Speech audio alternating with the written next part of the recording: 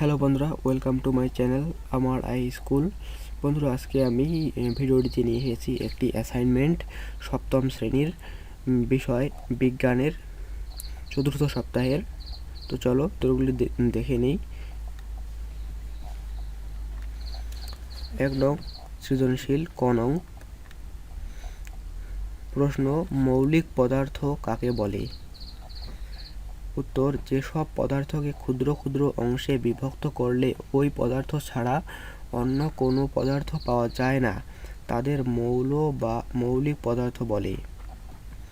এবার খ নম্বর প্রশ্ন, অণু ও পরমাণুর মধ্যে পার্থক্য কি? অণু ও পরমাণুর মধ্যে পার্থক্য নিচে লেখা হলো। অণু: 1. অণু মৌলিক যৌগিক পদার্থের ক্ষুদ্রতম কণা। 2. অণু স্বাধীনভাবে মুক্ত অবস্থায় থাকতে পারে। 3. অণু সরাসরি রাসায়নিক বিক্রিয়ায় অংশগ্রহণ করে না। 4. পৃথিবীতে যৌগিক পদার্থের সংখ্যা অসংখ্য বলে অণুর সংখ্যা অসংখ্য। 5. অণুকে ভাঙলে একই বা ভিন্ন মৌলের পরমাণু পাওয়া যায়। পরমাণু: 1. পরমাণু মৌলিক পদার্থের ক্ষুদ্রতম কণা। 2. সাধারণত পরমাণু স্বাধীনভাবে মুক্ত অবস্থায় থাকতে পারে না, তবে কোনো কোনো মৌলিক পদার্থের পরমাণু স্বাধীনভাবে থাকতে পারে, যেমন হিলিয়াম, নিয়ন, আর্গন ইত্যাদি। 3 নম্বর পরমাণু সরাসরি রাসায়নিক বিক্রিয়ায় অংশগ্রহণ করে। 4 নম্বর বিভিন্ন প্রকার পরমাণু সংখ্যা সীমিত। 5 নম্বর পরমাণুকে ভাঙলে ওই মৌলের আর অস্তিত্ব থাকে না। গ নং প্রশ্নটি হচ্ছে, উদ্দীপকে উল্লিখিত পদার্থগুলোকে প্রতীক ও সংকেতের সাহায্যে প্রকাশ করে মৌলিক ও যৌগিক পদার্থগুলোকে আলাদা করো। তো চলো আমরা আলাদা করে ফেলি মৌলিক ও যৌগিক পদার্থগুলোকে। এই হচ্ছে মৌলিক পদার্থ এবং তার প্রতীকগুলো।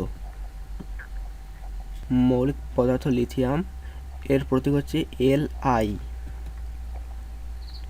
কার্বনের প্রতীক হচ্ছে Si। নাইট্রোজেনের প্রতীক N। পটাশিয়ামের প্রতীক K। অক্সিজেনের প্রতীক O। লোহার প্রতীক Fe। ক্লোরিনের প্রতীক C1। আয়োডাইড এর প্রতীক I। এগুলো হলো মৌলিক পদার্থ এবং তার সাথে তার প্রতীকগুলি। এবার যৌগিক পদার্থগুলি দেখে নেই। যৌগিক পদার্থ এবং সংকেত: পানি H2O, খাবার লবণ NaCl, চক CaCO3, চুন CaO। ঘ নং প্রশ্ন, উল্লিখিত পদার্থসমূহের মধ্যে কাকে সর্বজনীন দ্রাবক বলা হয়? কারণ বিশ্লেষণ করো।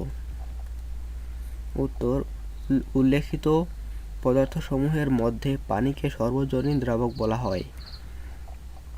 যেসব পদার্থ অন্য পদার্থকে দ্রবীভূত করতে পারে তাদেরকে দ্রাবক বলে। আর সর্বজনীন দ্রাবক হলো এমন দ্রাবক যা সব রকমের পদার্থকে দ্রবীভূত করতে পারে। পানি হচ্ছে এখন পর্যন্ত পাওয়া একমাত্র সার্বজনীন দ্রাবক। পানি একদিকে যেমন অসংখ্য অজৈব পদার্থকে ক্যালসিয়াম কার্বনেট, সিলিকা ইত্যাদি ছাড়া দ্রবীভূত করতে পারে, তেমনি অন্যদিকে অনেক জৈব যৌগ যেমন স্পিরিট, অ্যাসিটন, অ্যাসিটিক অ্যাসিড ও গ্যাসীয়ন পদার্থকে দ্রবীভূত করতে পারে। পানি জৈব ও অজৈব উভয় ধরনের যৌগকে দ্রবীভূত করে বলে একে সার্বজনীন দ্রাবক বলা হয়। এবার তোমাদের একটি সংক্ষিপ্ত প্রশ্ন আছে, এটি হচ্ছে চিনিকে কেন যৌগিক পদার্থ বলা হয়? উত্তর হবে চিনিকে যৌগিক পদার্থ বলা হয় কারণ যেসব পদার্থকে ভাঙলে একের অধিক মৌলিক পদার্থ পাওয়া যায় তাকে যৌগিক পদার্থ বলে। চিনিকে ভাঙলে কার্বন, হাইড্রোজেন ও অক্সিজেন পাওয়া যায়। কার্বন, হাইড্রোজেন ও অক্সিজেনের তিনটি ভিন্ন ভিন্ন মৌলিক পদার্থ, যেহেতু যৌগিক পদার্থ বৈশিষ্ট্যের সাথে চিনির বৈশিষ্ট্য মিলে যায় তাই চিনিকে যৌগিক পদার্থ বলা হয়। বন্ধুরা, আজ এ পর্যন্তই।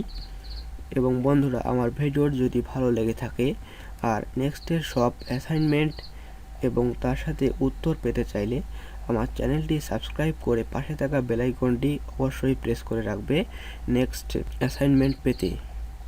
তো বন্ধুরা, ভালো থাকো, সুস্থ থাকো, আল্লাহ হাফেজ।